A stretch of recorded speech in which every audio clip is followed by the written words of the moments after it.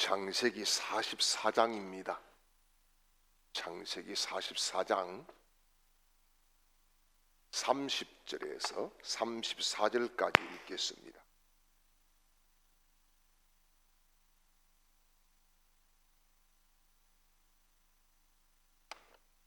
창세기 44장 30절로 34절까지 같이 읽겠습니다. 30절입니다.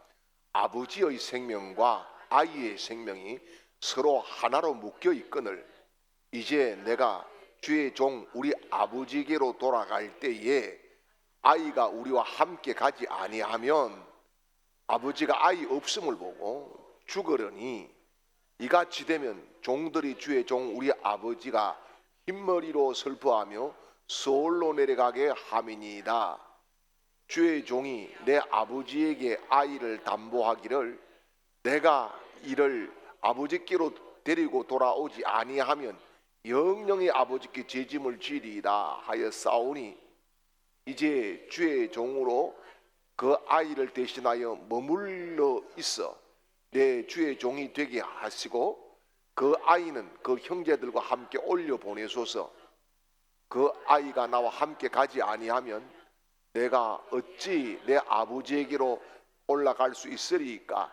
두렵건대 제 해가 내 아버지에게 미침을 보리이다. 아멘. 할렐루야. 하나님께서 오늘 이 말씀 속에서 우리를 터치해 주시고 알게 하시고 깨닫게 하시고 믿게 하시고 새롭게 하시는 거룩한 성령의 감동들을 강력하게 내려주시기를 주님의 이름으로 축복합니다. 이제 창세기 43장 이 말씀은 42장과 계속적으로 연결되어 있는 말씀이에요. 무대가 어디입니까? 이 야곱의 아들들이 이집트의 두 번째 양식을 구하러 베냐민을 데리고 내려갔잖아요. 그 아버지가 안 내놓으려고 하는 그 아들 유다가 자기 모든 것을 담보를 하고 아버지 내가 책임지겠습니다. 그렇게 해서 아버지를 설득한 결과 베냐민을 데리고 이제 오게 되어서 사실상 요셉은 알아보지만 형들은 알아보지를 못하는 거지요. 그런데 이제 크게는 이 걸음들이 하나님이 준비하신 걸음이잖아요. 하나님이 예비하신 걸음이고 하나님이 계획하신 뜻들이 이루어지고 있는 거잖아요. 그런데 여러분 지금 이 야곱의 아들들의 입장에 보면은 이 걸음이 정말 꼬여도 인생이 이렇게 꼬일 수가 없다라고 하는 그런 문제들이 계속적으로 터지고 있는 거예요. 여러분 우리 삶이 그렇잖아요.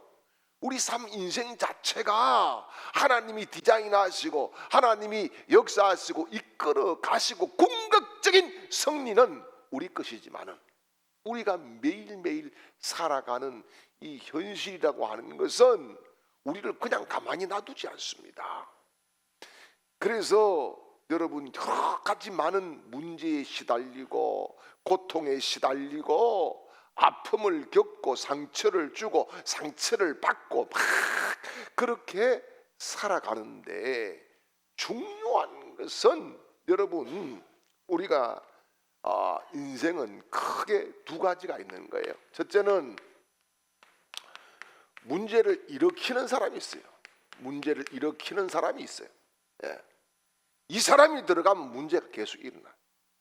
이 사람은 문제를 계속적으로 일으키고 막 그렇게 하는데 이런 사람의 특징이 뭐냐?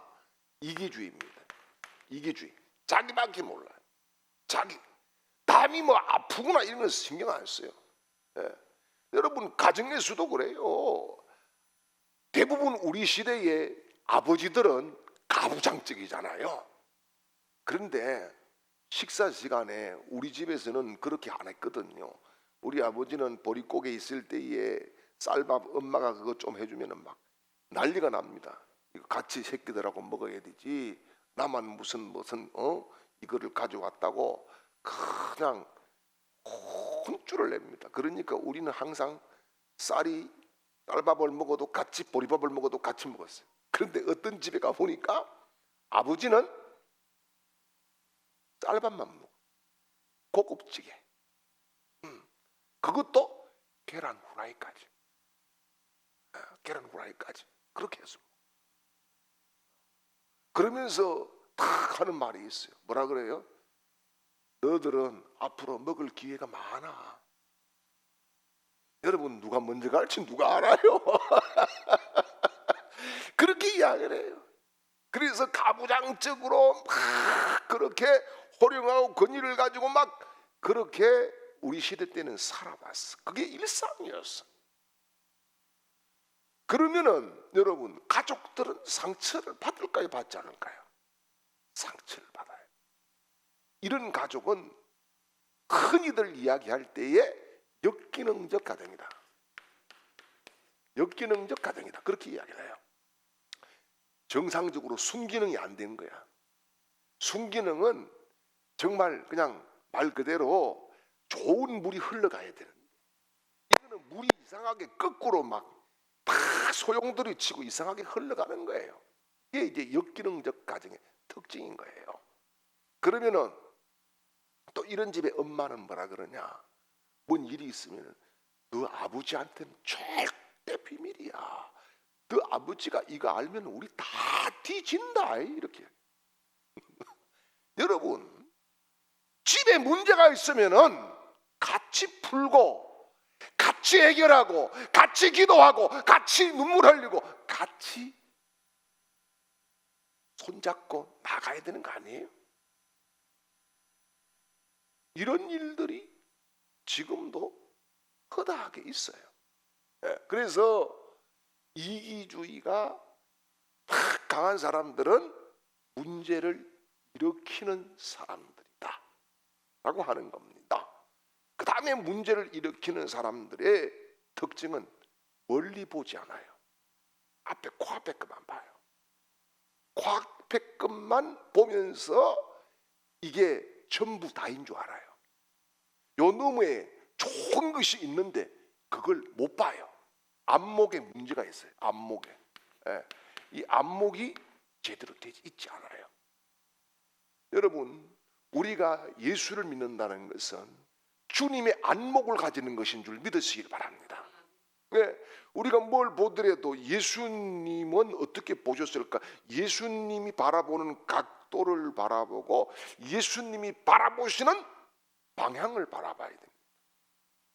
자, 여러분, 이 베드로가 이 주님의 부름을 받잖아요. 주님의 부름을 받는데 또 주님의 부름을 받으면서 주님께서 뭐라 그럽니까? 바다 깊은 데 가서 그물을 던져라. 이게 말이 안 맞는 비상식적인 거예요. 그 다음에 제자들이 부활하신 예수님 만나고도 고기 잡으러 가겠다 갔어요. 근데 밤새도록 했는데 큰일이에요. 그래서 주님께서 뭐라 그럽니까? 배 오른편에 그물을 던져라. 그랬더니 153마리 고기를 잡았다. 그렇게 이야기하잖아요. 이게 뭐예요? 이게 밤새도록 제자들은 고기 잡기 위해서 뭘 했을까요? 노력을 하고 애를 쓰고 수고하고 막 기술은 다 동원했어요. 그런데 주님이 딱 말씀하신 것은 뭐예요? 오른편이에요. 이게 뭐예요? 방향이에요. 방향. 방향을 제자들은 보지를 못했다. 이게 문제인 거예요. 여러분, 우리가 공동체에 문제들이 없는 교회가 없어요. 다 있어요. 그런데 중요한 것은 예수님이 바라보는 방향을 같이 바라보면서부터 문제는 풀어질 줄 믿습니다. 그래서 이렇게 안목이 자꾸 얕으면은 문제를 일으켜요. 그 다음에 세 번째 또 문제가 자주 일으키는 사람들은 뭐냐 하면은요, 이런 사람들은 대부분 보면은 귀가 발랑개비 귀라. 귀가 얇아요. 귀가 얇아. 그래서 듣지 말아야 될 소리를 계속 맞다고 들어요. 네, 계속 들어요. 그러니까 여러분, 하나님의 음성이 들리지 않고 세상 소리, 사람 소리들이 자꾸 들리고 거기에 마음을 싹 빼앗겨버려요. 그러니까 뭐예요? 문제를 계속 일으킬 수밖에 없는 거예요. 여기에 하나님의 답이 없는 거예요. 그 다음에 문제를 해결하는 사람이 있어요. 문제를 해결하는 사람. 네. 여러분, 오늘 본문에 보면은 문제를 해결하는 사람이 나와요. 그 사람이 누구냐? 바로 유다입니다. 유다예요. 원래 지금 앞장에서 42장에서도 지금 야곱의 집에 1차적으로 사갔던 양식이 떨어졌을 때에 지금 문제를 해결하기 위해서 누가 나섰어요? 유다가 나섰어요. 유다가 나섰어요. 네. 그 유다가 나서서 문제를 해결해서 결국은 아버지 설득하고 지금 왔어요. 왔는데 문제가 또 생기니까 또 등장하는 사람은 유다예요. 뒤에 말씀을 드리겠지만은, 그래서 여러분, 가정에서든 교회에서든 어디서든 문제를 해결하는 사람들이 되시기를 주님의 이름으로 축복합니다. 그러면 문제를 해결하는 사람은 어떻게 합니까? 유다가 어떻게 해요? 자기 아버지 설득할 때 어떻게 합니까? 자기 것을 내려놔요. 자기가 희생하는 거예요. 희생. 예. 여러분, 희생하지 않으면 문제 해결 안 되는 거예요. 예. 하나님은 희생을 받으시는 거예요. 희생을 받으시는 거예요.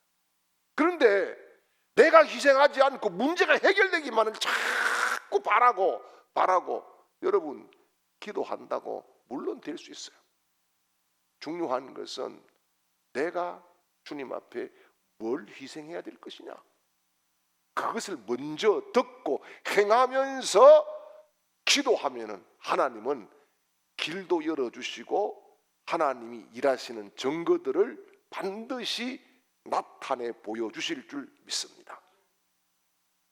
그래서요, 여러분, 교회도 부흥도 마찬가지예요. 부흥도요, 어떤 문제도요, 이게 소방관 교인들이 있다 전에 한번 말씀드렸어요.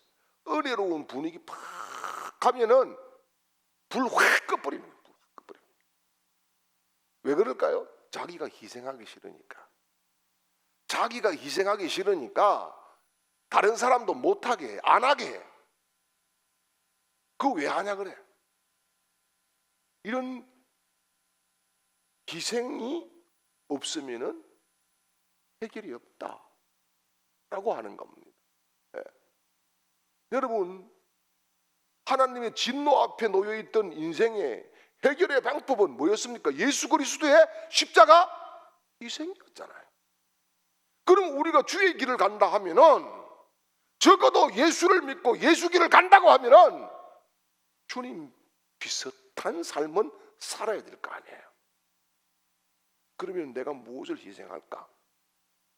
이것은 하나님이 우리에게 맡기신 사명이라고 믿습니다. 예. 희생하는 것은 사명이에요. 희생하는 사람을 통해서 문제가 풀어지고 기적이 일어나는 거예요. 그 다음에 문제 해결하는 사람들은 성경을 이렇게 유다를 통해서 보더라도 뭐냐 하면은, 오늘 말씀에서 우리가 읽어본 대로 유다가 자기가 남겠습니다, 자기가 여기 체류하겠습니다, 이렇게 하는데, 이건 뭐예요? 해결하는 사람들은 자기를 희생해서라도 모두를 살리려고 해요. 예, 모두를 살리려고 하는 사람을 통해서 문제가 해결됩니다. 자기만 살겠다는 사람 통해서는 문제 해결 안 돼요. 여러분, 나를 희생하는 거 아깝지 않은 사람이 어디 있습니까? 시간이든 물질이든 뭐든지 간에 나를 희생하는 건 다 아깝습니다. 그런데 살리는 사람이 돼야 돼요. 하나님은 우리 교회를 살리기 위해서 우리를 세워주셨어요. 우리를 보내주셨어요. 그래서 우리가 내 사명이 살리는 사명이라는 자각을 늘 가져야 돼요. 그래야 살아납니다. 살아납니다. 네. 그래서 살리는 사람이 문제를 해결합니다.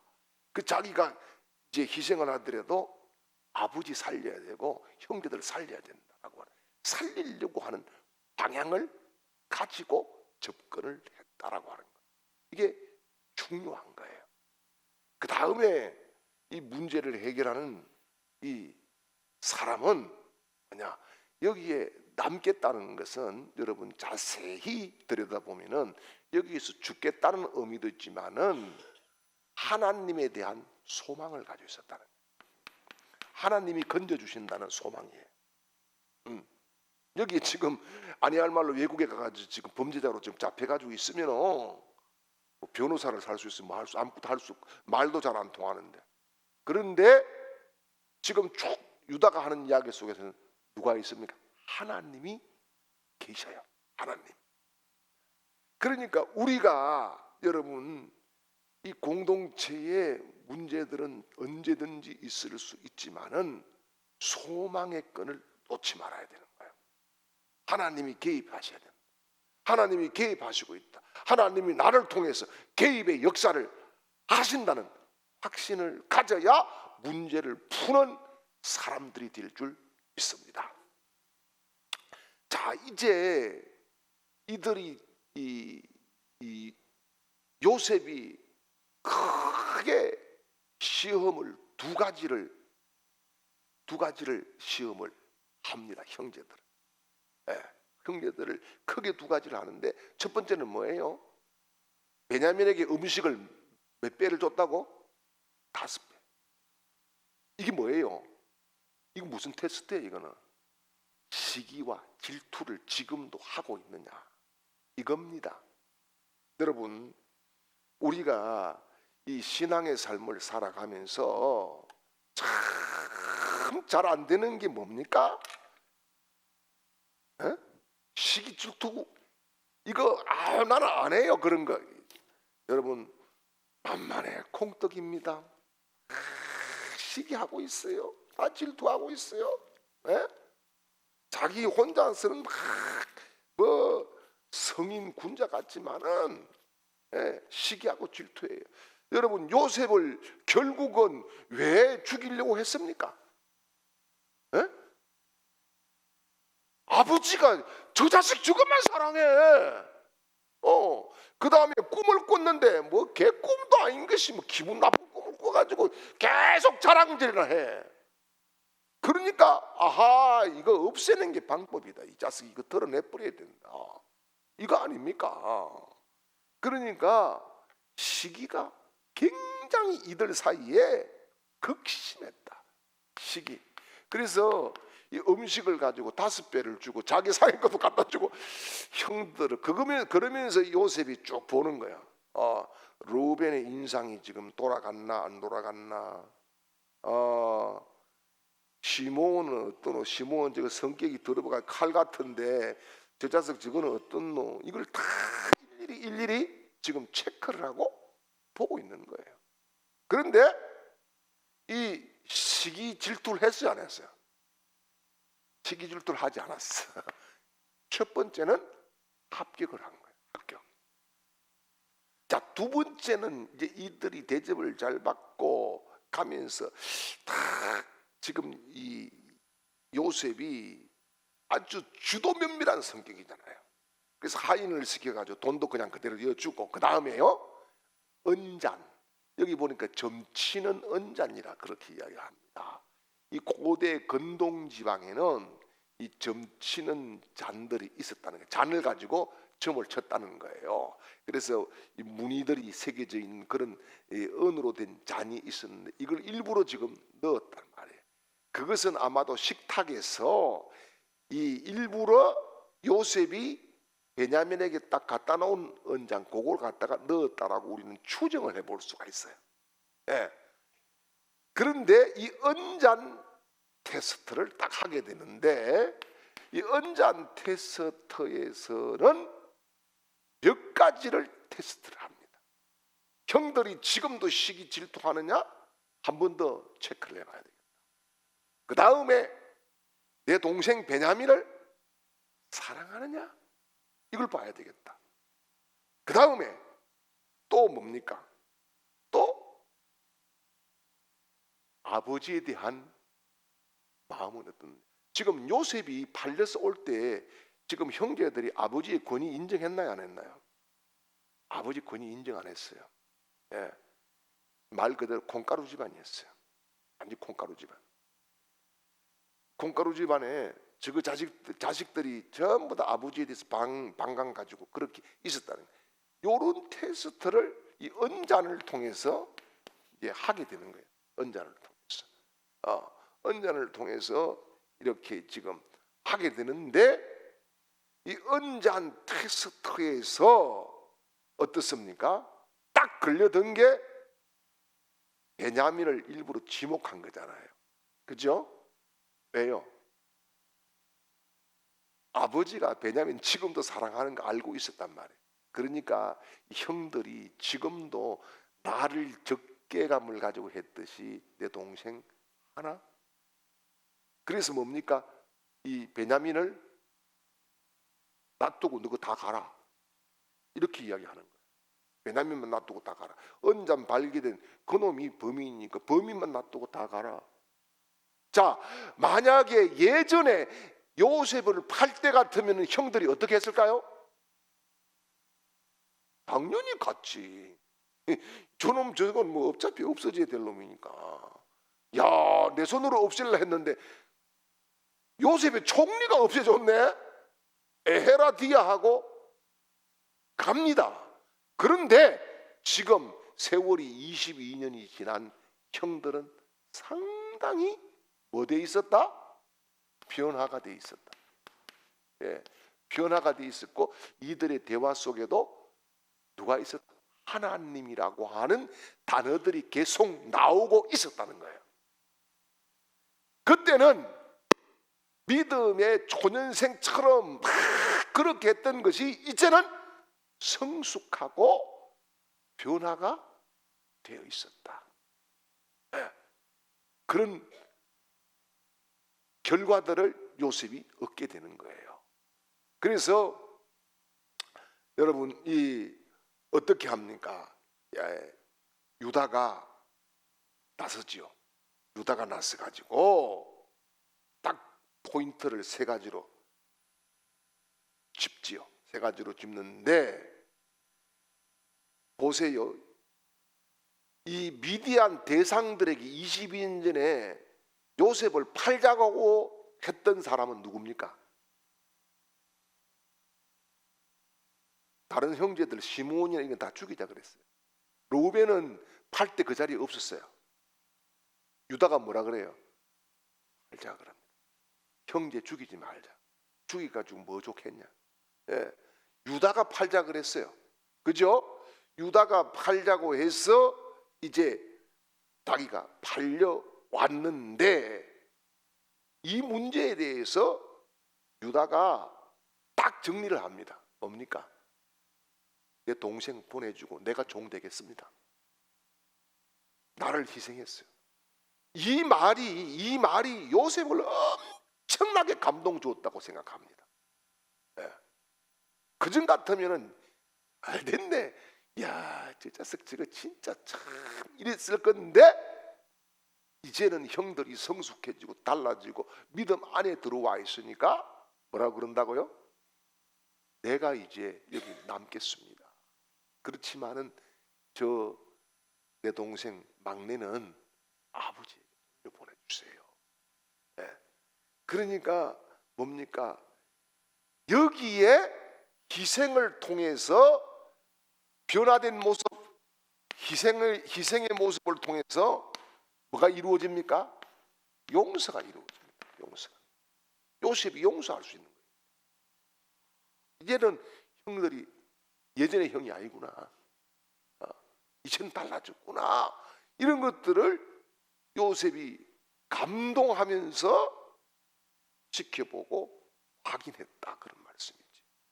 여러분, 우리가 그랬습니다. 우리가요, 예수를 믿고 정말 변화가 되어야 됩니다. 변화되어야 되는 거예요.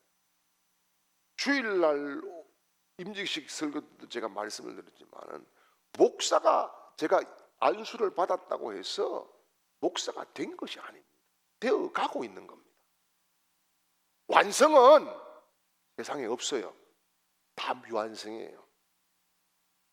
예. 임직 받았다고 그날부터 부르기는 물론 권사님, 집사님 이렇게 부르지만은 중요한 것은 되어가는 거다. 그렇게 살아가는 거다.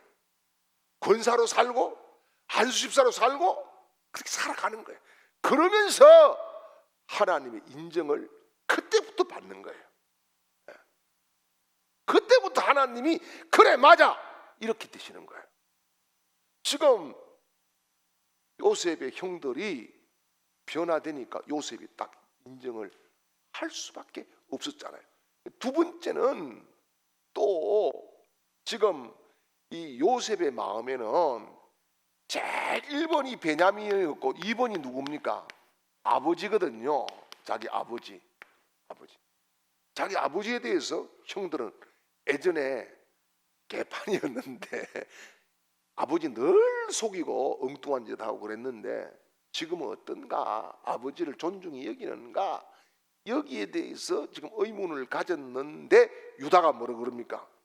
이 아이와 우리 아버지는 생명이 서로 연결되어 있으니까 만약에 이 아이 안 데려가면 우리 아버지 죽습니다. 우리 아버지 살려주세요. 이런 이야기예요. 그러면 아버지에 대한 사랑, 아버지에 대한 그 신뢰, 아버지에 대한 이 모든 것이 어떻게 돼서 회복이 됐다 이 말입니다. 회복이. 그래서 여러분 이것도 역시 아버지에 대한 것도 나를 여기 두고 내 아버지를 살려주십시오. 이렇게 이제 문제 해결자가 유다가 되어서 그렇게 변론을 하는 거지요. 자 보십시오. 그러면은 자 유다는 자기 자식이 있었나요 없었나요? 자기 자식이 있어요. 자기 아내도 있어요. 그러니까 뭡니까? 자기가 여기 이집트의 애굽에 머물러 있는 순간부터는 자기 집안은 엉망이 되는 거예요. 그럼에도 불구하고 내가 다 희생하겠다. 내가 다 희생하겠다. 이것을 통해서 길이 열리고 있는 거예요. 예. 그러니까 뭡니까? 지금 내려올 때에 베냐민 못 데리고 오면은 유다가 뭐라고 내 자식 둘이 있는데 아버지 마음대로 하세요. 그렇게 아버지한테 맡겨놓고 온 거예요. 그럼 자기가 이거 여기 베냐민 안 데려가면은 아버지가 손자를 죽일 수는 없겠지만 아버지가 문제가 심각해진다. 그래서 내 아버지가 죽게 되고 서울 깊이 내려간다. 그런 이야기를 하고 있는 거예요. 그런데 아버지에 대한 그런 사랑이 절절절절 넘치는 그런 고백들을 함으로 인해서 요셉이 마음이 엉어리가 확 녹아버리는 그런 은혜로운 이 광경이 펼쳐지고 있는 거죠.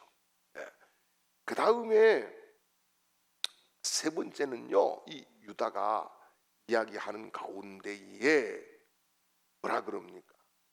베냐민을 굉장히 지금 아끼고 있는 것이 나와요. 베냐민을 자기 자신 이상으로 베냐민을 아낍니다. 굉장히 어떻게 보면 베냐민 억울하지요. 자기가 훔친 거 아니잖아요. 그죠? 훔친 거 아니니까 베냐민이 억울한데 그럼에도 불구하고 베냐민이 문제를 일으킨 범인으로 딱 지목이 됐으니까 어쩔 수가 없었는데 유다의 입장에서 자기는 모른다고 할 수 있고 그냥 자기는 빠져나갈 수도 있는데 눈 감으면 감아버리면 되는데, 그런데 이 유다 안에서 믿음이 작용하고 있었다. 하나님의 은혜가 작용하고 있었다. 이겁니다. 여러분, 우리가 그래요.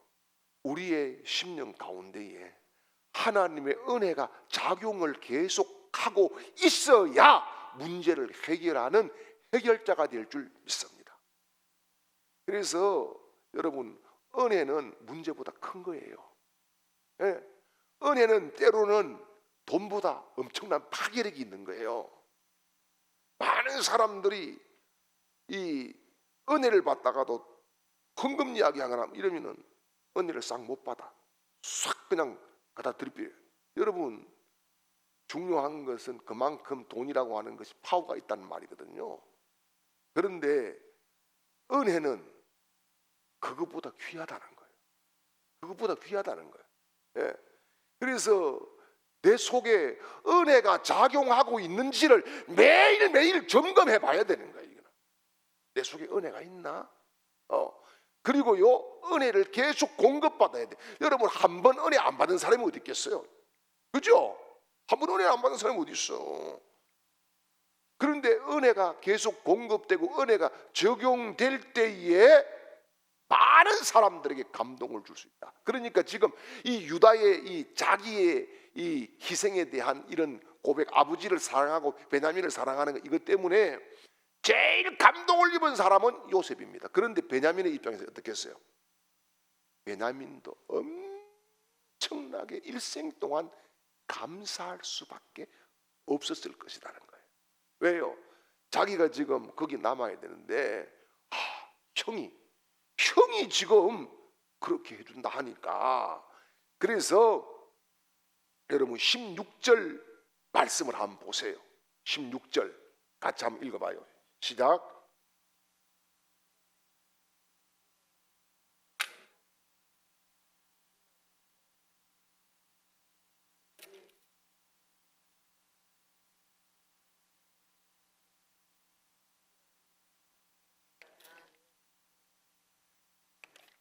예, 여기 보니까 유다가 고백하는 것 중에 뭐라 그래? 하나님이 우리 죄악을 뭐라 했다가 밝혀냈다. 찾아내셨다. 이게 뭡니까? 이것은요, 지금 여기 베냐민의 일보다는 22년 전에 자기 동생 요셉에 대한 것에 대한 고백입니다. 요셉에 대한 고백이에요. 하나님이 22년 후에 이걸 우리에게 밝혀주셨다. 우리는 이게 그냥 다 지나간 세월이라고 세월 속에 묻혔다 이렇게 생각했지만 하나님이 지금 밝혀주셨다. 이런 고백을 하고 있는 거죠. 이게 뭡니까? 회개하는 거죠. 회개하는 거예요. 그리고 책임을 지는 거예요. 책임을. 그리고 유다가 이 상황 자체를 굉장히 꿰뚫어 보고 있었다라고 하는 겁니다. 꿰뚫어 보고, 아하, 지금 여기에서 다른 방법이 없다. 여기에서는 지금 갈 수 있는 방법은 나를 희생하는 것밖에 없다. 이게 뭡니까? 십자가 지는 모습이죠. 여러분, 우리가 그런 이야기합니다. 서양 속담에 십자가 없는 영광 없다, 면류관 없다, 노 크로스 노 크라운, 그렇게 이야기합니다. 여러분, 그렇습니다. 교회는요, 서로 하려고 해야 돼요. 유다 같은 사람이 이래야 돼요. 서로 하려고. 내가 할게요. 내가 희생할게요. 내가 더 할게요. 이렇게 돼야 돼요. 이게 교회다운 교회예요. 하나님이 원하는 모습이에요. 이게 은혜가 작동되고 있는 예수 믿는 사람들의 모습인 줄 믿으시기를 축원합니다.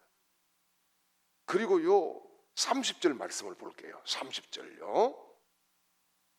아버지의 생명과 아이의 생명이 서로 하나로 묶여 있거늘 이제 내가 주의 종 우리 아버지께로 돌아갈 때에 아이가 우리와 함께 가지 아니하며. 아멘. 자, 여기에 보니까 아버지와 아이가 어떻게 돼 있다고? 생명의 하나로 묶여져 있다. 그러니까 아버지가 얼마나 이 아들을 사랑했는지를 딱 알 수가 있잖아요. 그죠? 베냐민은 안 데려가면 아버지 바로 죽는다. 베냐민 안 데려가면 아버지 그냥 바로 그날 죽어. 그렇게 지금 이야기를 하고 있는 거예요. 그러니까 아버지도 살려야 되겠다. 베냐민도 살려야 되겠다. 다 살리고 싶다. 이게 유다의 마음인 거예요. 이게 유다의 마음인 거예요. 예. 여러분, 하나님이 우리를 부르실 때는 살리는 사람으로 불러주신 줄 믿으시기를 축원합니다. 살려야 되는 거예요. 가정을 살리고 자식을 살리고 공동체를 살리고 교회를 살리고 살려야 되는 거예요. 예. 그래서 여기 지금 서로 묶여져 있다. 이건 진짜 질투할 만하거든요. 그 전에 일마 지금 형한테도 그렇게 애착을 가지고 아버지 그러면 꼴보기 싫게 아직까지도 22년 지난 이 세월에도 지금도 그러고 있어. 이렇게 딱 할 수도 있지만은 둘 다 살리고 싶은 마음이 나의 마음이었다. 여러분, 우리가 교회를 살리고 싶은 마음이 강력하게 있어야 됩니다. 그래야 기도할 수 있고, 그래야 헌신할 수 있습니다. 그래야 사명을 감당할 수 있는 하나님이 쓰시는 사람이 될 줄 믿습니다. 그리고요 31절 말씀을 봐요. 31절이에요. 아버지가 아이의 없음을 보고 죽으리니 이같이 되면 종들이 주의 종 우리 아버지가 흰머리로 슬퍼하며 서울로 내려가게 함이니. 아멘. 자, 연로한 아버지 얼마나 더 살지 모르지만은 아버지 끝까지 살리고 싶다는 거. 예. 이게 지금 유다의 이 변론 속에서 절절히 나오는 거예요. 이게 뭡니까? 우리 같으면, 저 같으면 그랬겠어요. 이런 이야기가 중요한 게 아니고 우리 동생 결백합니다. 자꾸 이걸 주장했을 것 같아요. 그렇지 않습니까? 우리 훔친 거 아니거든요. 우리 쉴 때 안 훔쳤거든요. 그렇게 아마 항변을 하고 항변을 할 법합니다. 그런데 그거 하지 않아요. 그거 하지 않고 뭡니까?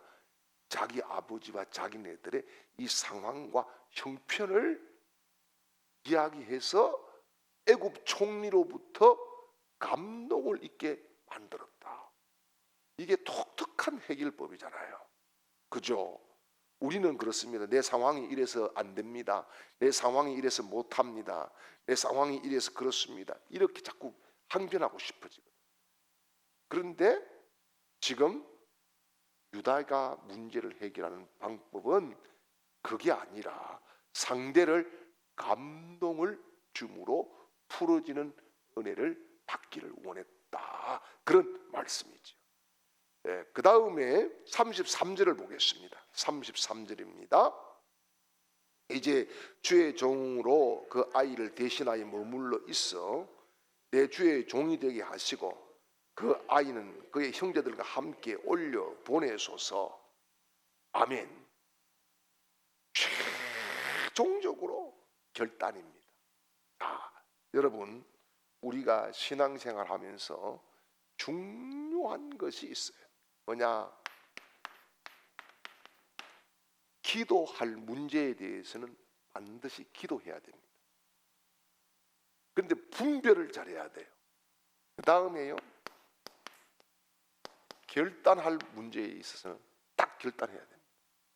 결단해야 돼요. 그 다음에 세 번째는요, 행동해야 될 문제는 행동으로 가야 됩니다. 그런데 많은 분들이 이거 분별을 못해요. 기도할 걸 가지고 엉뚱하게 행동을 해버리고, 또요 자꾸 결단만 말해요. 여러분, 하나님은 우리 결단을 받기를 원하시는 것보다 우리의 열매를 받기를 원하시는 줄 믿습니다. 그래가지고 뭐 하면은 결단기도, 결단 예배 이런 거 많이 하는데, 결단 예배 저도 뭐 청년 사역하고 할 때 결단 예배 많이 해봤습니다. 그때는 막 진짜 막 지구가 뒤집어질 것 같아요. 그런데 수리네 이런 데 가가지고 청년들 막 결단 예배하면은 막 난리가 납니다. 막 난리가 나는데 돌아와서 3주만 지나면은 아 옛날이요 이렇게 돌아가 버립니다. 왜 그럴까요? 결단 너머의 행동이 뒷받침 안 되기 때문에. 이게 뭐예요? 삶의 제사가 안 되기 때문에 그렇다. 그래서 우리가 요거를 분리를 잘하고 정확하게 판단하셔야 돼. 하나님은 너 행동해 이러는데 자꾸 기도만 하고 있으면 안 되는 거예요. 결단만 자꾸 오늘도 결단하고 내일도 결단하고. 여러분 결단만 계속 해보십시오. 삶이 달라지나 교회가 달라지나 가정이 달라지나 자기 자신이 달라지나 아무도 안 달라집니다. 지금 유다는 정확하게 이걸 분별하고 있어요. 뭡니까? 기도할 것, 결단할 것, 자기 행동할 것. 자기 행동할 것은 뭡니까? 나를 총리님의 종으로 그냥 행동으로 그렇게 하겠습니다. 예. 앞에서는 지금 결단한 거거든요. 그죠? 예. 이거를 구별을 못하니까 영적인 삶이 매끄럽게 은혜롭게 작동이 되지 않는다는 말씀이에요. 그래서 여러분 우리가 이번 한 주간도 정말 기도할 부분에 대해서 기도하세요. 결단할 부분에 대해서 분명히 결단하세요. 성령이 감동 주시는 것에 민감하면서 행동으로 옮겨서 우리의 삶이 하나님이 받으시는 거룩한 산 제사가 되시기를 주님의 이름으로 축복합니다. 이제는 구주 예수 그리스도의 거룩하신 은혜와 하나님 우리 아버지의 극진하신 사랑하심과 성령님의 위로 교통 충만케 하시는 은혜가 오늘 주의 말씀을 붙잡고 기도하고 결단하고 행동으로 나아가는 모든 하나님의 백성들 그 걸음걸음 위에 이제로부터 영원토록 함께 있을지어다. 아멘.